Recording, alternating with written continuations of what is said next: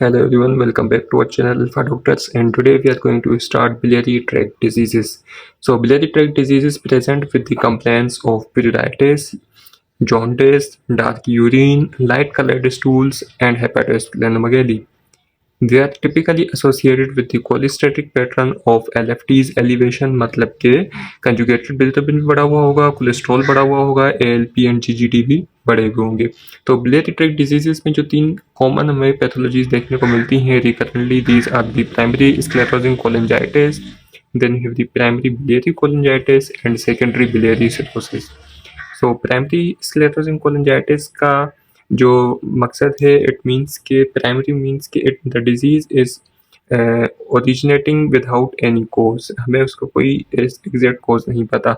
So there is unknown cause of concentric onion skin bile duct fibrosis. What do we mean by that? We have this liver, and liver is responsible for the production of biles. This bile is carried out with the help of bile ductules and bile ducts. तो अगर उन bile ducts की fibrosis होने लग जाए, fibrosis से मुराद ये कि उनमें जो है वो स्कार टिश्यू बनने लग जाए, तो there will be closing of this duct. For example, अगर ये डक्ट है और यहाँ पे स्कार टिश्यू बन जाए, फिर यहाँ पे स्कार टिश्यू बन जाए, फिर यहाँ पे स्कार टिश्यू बन जाए, so this will obliterate the pathway of normal bile flow, that will result in obstruction.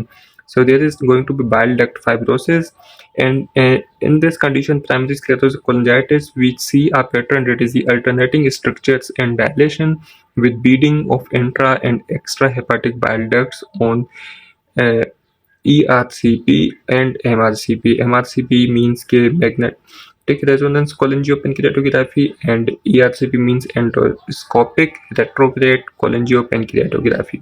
ठीक है। उसके बाद एपिडेमियोलॉजी अगर हम इसके देखें तो primary sclerosis cholangitis is more common in the middle aged males with ulcerative colitis. Ulcerative colitis हम जो कि पिछले सेक्शंस में पढ़ के आ चुके हैं। What are the additional features that are seen with primary sclerosis cholangitis? These include कि हमने जैसा कि देखा कि it is associated with ulcerative colitis, and just like ulcerative colitis इसमें भी NPO-N का या फिर PN का एंटीबॉडीज पॉजिटिव होती हैं। There is increased amount of IgM antibodies as well. It can progress to secondary biliary cirrhosis that increases the risk of cholangiocarcinoma as well as gallbladder cancer. Then we have primary biliary cholangitis. Primary biliary cholangitis is again an autoimmune reaction, और इसमें भी lymphocytic infiltrate हो जाता है and granulomas formation हो जाती है that leads to destruction of the lobular bile ducts. तो इसमें भी bile duct की destruction हो रही होती है secondary to the lymphocytic infiltration and granuloma formation, and it is an autoimmune reaction. So the main difference between primary sclerosing cholangitis versus primary biliary cholangitis is that कि इसमें this is more common in the females and PSC is more common in males. PSC is associated with ulcerative colitis जबकि PBC is not associated with ulcerative colitis. Third thing is that कि इसमें PN का antibodies positive थी और इसमें anti mitochondrial antibodies positive होती हैं जो कि IgM इन नेचर होती हैं, and it is also associated with other autoimmune conditions such as Hashimoto thyroiditis, rheumatoid arthritis and celiac disease.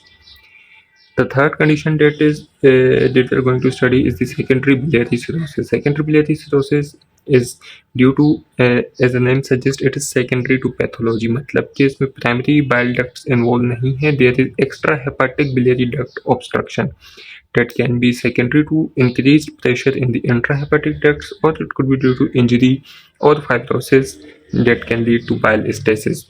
So it again presents with the non-obstructive lesions such as gallstones, biliary structures, pancreatic carcinoma. ये मतलब ये हो सकता है कि liver से जो ducts निकल के आ रही हैं तो वहाँ पे कोई स्टोन आके इसको बंद कर दे, या फिर सराउंडिंग स्ट्रक्चर्स में कोई पेनक्रियास का कैंसर पड़ा हुआ है वो इस रास्ते को बंद कर दे, तो यहाँ से बाइल फ्लो रुक जाएगा। And it can be complicated bye infection, मतलब कि यहाँ पे जो रास्ता बंद है तो यहाँ पे प्रॉपर फ्लो नहीं हो रहा। जब फ्लो नहीं हो रहा तो स्टेसिस की वजह से बैक्टीरियल की प्रोलिफरेशन बढ़ जाएगी, that will predispose to infectious conditions. So this was all about the biliary tract diseases. And now let's study about the cholelithiasis and its related pathology. So cholelithiasis, chole means gallbladder and lithiasis means stone. So this is basically formation of stones within the gallbladder. The pathophysiology behind the formation of stones could be either increased amount of cholesterol or bilirubin in the body or decreased amount of bile salts, and that can predispose to gallbladder stenosis, that again can predispose to stones. So the two types of stones are common in the gallbladder. First of all, they are the cholesterol stones. जैसा कि हमने यहाँ पढ़ा कि cholesterol is the well known cause of gallbladder stones. So cholesterol stones common है. उसके अलावा जो second type आ जाती है, it is the pigment stones. So the cholesterol stones के पहले देख लेते हैं. Cholesterol stones are radiolucent in nature, मतलब कि ये एक्सरेज पर दिखाई नहीं देते. With in 10 to 20% of cases जो हैं वो हमें सम हाउ कैल्सिफिकेशन अगर उनमें हो जाए तो वो हमें दिखाई देते हैं, लेकिन 80% ऑफ द स्टोन्स जो हैं वो कोलेस्ट्रॉल स्टोन्स होते हैं, वो ज़्यादातर रेडियोल्यूसेंट होते हैं. They are associated with obesity, Crohn's disease, advancing age, estrogen therapy, multipathy, rapid weight loss, medications such as fibrates. These all can predispose to cholesterol stones. उसके बाद पिगमेंट स्टोन्स क्या जाते हैं, तो as the name suggest they are pigmented, मतलब कि उनमें pigmentation मौजूद होती है. They are black, that means they are radio opaque. They contain calcium, bilirubinate, and they are most often formed after the hemolysis. अगर hemolysis की बात हो रहे हैं तो they can also appear as brown stones that are the radiolucent stones. So we have cholesterol stones that are radiolucent, and then we have the stones secondary to hemolysis that can also be radiolucent. लेकिन जो pigment stones होते हैं जो mostly होते हैं वो radio opaque होते हैं. Pigment stones are mostly associated with Crohn's disease, chronic hemolysis, alcoholic cirrhosis, advancing age, biliary infections, and total parental nutrition. So that these factors can be remembered by 4 Fs. That is, the females are इसमें ज़्यादा common होते हैं. उसके बाद fat या फिर obesity, fertility यानी multiparity, and age of 40.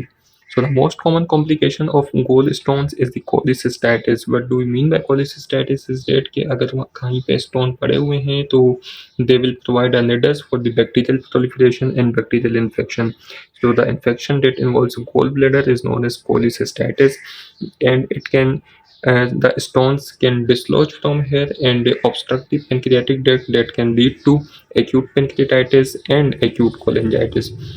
Diagnosis of cholelithiasis and cholelithiasis depends upon the ultrasound, and they are treated with elective cholecystectomy if symptomatic. अगर non symptomatic है और अगर age भी young है, so we can avoid the operative procedure.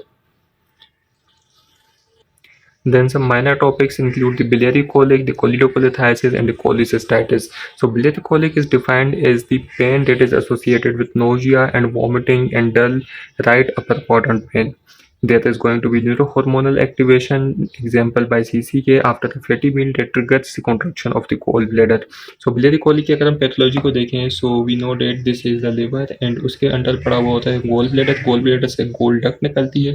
तो अगर stone यहाँ पे फंसा हुआ हो, गोल स्टोन यहाँ पे फंसा हुआ हो, और जब भी कोई फैटी मील खाते हैं तो फैटी मील की एब्जॉर्प्शन होती है with the help of bile, और वो बाइल स्टोर होता है गोल ब्लैडर में. तो जब भी फैटी मील की इन्फिल्ट्रेशन होगी within the intestine, this will cause the gall bladder to release the bile, जिसकी वजह से गोल ब्लैडर कॉन्ट्रैक्शन होगी. लेकिन यहाँ पे स्टोन पड़ा हुआ है तो जो बाइल है वो यहाँ से पास नहीं हो पाएगा.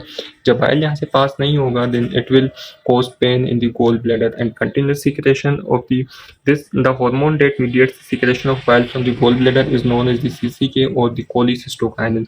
So after fatty infiltration, मतलब खाना जब फैटी फूड ज़्यादा खाएंगे तो CCK की अमाउंट बढ़ेगी. जब CCK की अमाउंट बढ़ेगी, it will increase the pain that is known as the biliary colic. This biliary colic is associated with nausea and vomiting, and dull right upper quadrant pain because the gallbladder is present just below the diaphragm, and diaphragm की जो nerve supply होती है, it is the phrenic nerve, so the irritation of phrenic nerve causes the right upper quadrant pain. Then we have the again some labs जो होंगी, labs normal होंगी और ultrasound में हमें गोल्ड स्टोन देखने को मिलेगा. बट इस choledocholithiasis is basically presence of gall stones in the common bile duct. मतलब कि अगर कोलिलिथाइसिस है किसी को और जो स्टोन है वो यहाँ से डिस्लोज होके बाइल डक्ट में आगे फंस जाए, then it is known as choledocholithiasis, and there will be elevation of the ALP enzymes, GGT enzymes, direct bilirubin, aspartate transaminase and alanine transaminase could be normal, could be elevated. उसके बाद cholecystitis पे जाते हैं. Cholecystitis is known as the acute or chronic inflammation of the gallbladder. So again जैसे कि हमने पीछे पढ़ा कि it could be secondary to stones or it can not necessarily be associated with the stones. If cholecystitis is associated with the stones, this is known as the calculous cholecystitis. That is the most common type, and it is due to gallstone infection in the cystic duct that results in inflammation of the gallbladder and gallbladder wall thickening. It can produce secondary infection, obviously. उसके बाद calculous cholecystitis, it is the cholecystitis, it is not associated with stones, and it is due to gallbladder stasis or hyperperfusion or infection such as cytomegalovirus. So, how do we diagnose cholecystitis? There is a characteristic sign associated with it. That is the Murphy's sign. Murphy's sign is the inspiratory arrest on right upper quadrant palpation. मतलब कि जब जो gall bladder है जब उसको palpate करेंगे with in the right upper quadrant, तो अगर उसको पल्पेशन में बहुत ज़्यादा सीवियर पेन होता है, that is known as the Murphy's sign, and this pain radiates to the right shoulder due to irritation of the phrenic nerve, as I told you before. Enzymes की बात करें तो ALP जो है वो बढ़ा हुआ होगा हमेशा बाइल डक्ट की पैथोलॉजीज में, एंड लाइकवाइज इसमें भी बढ़ा हुआ होगा. डायग्नोसिस, इसकी definitive diagnosis is on the ultrasound या फिर कोलिसेंस्टोग्राफी जिसको हम हाइडा स्कैन भी बोलते हैं. अगर there is failure to visualize gall bladder on HIDA scan, it suggest obstruction. Then we have the gallstone ileus. Gallstone ileus से मुराद ये है कि फिस्टुला बन जाता है between the gall bladder and the GI tract. So the stone जो है वो इस फिस्टुला की मदद से गोल ब्लैडर से लीक होकर GI ट्रैक्ट के ल्यूमेन में आ जाता है और वहाँ पे आके ऑब्स्ट्रक्ट कर देता है इलियोसिकल वॉल को. जब इलियोसिकल वॉल ऑब्स्ट्रक्ट हो जाएगा तो वहाँ से ऑब्वियस ही बात है जो GI की मोटिलिटी है वो डिस्टर्ब हो जाएगी. That will result in gallstone ileus. We can see the air in the biliary tree, that is known as pneumobilia. क्योंकि फिस्टुला बन गया है तो एयर जो है वो गट से लीक होके within the gall bladder की कैनाल्स में एयर दिख सकती है. There is the irregular striate, that is a famous striate associated with cholecystitis. Irregular striate states the three findings of the radiographic findings of pneumobilia, small bowel obstruction, and gallstone, that is usually in the iliac fossa. So this striate is known as the irregular striate, and it is associated with gallstone ileus. So this was all about the pathologies of gallbladder. बस next sessions में हम कोलेंजियोकार्सिनोमा पढ़ने वाले हैं and acute cholangitis को देखेंगे, and उसके बाद हम पेनक्रियाटाइटिस के सेशंस को स्टार्ट कर देंगे. If you have any questions you can ask in the comment section. Thank you.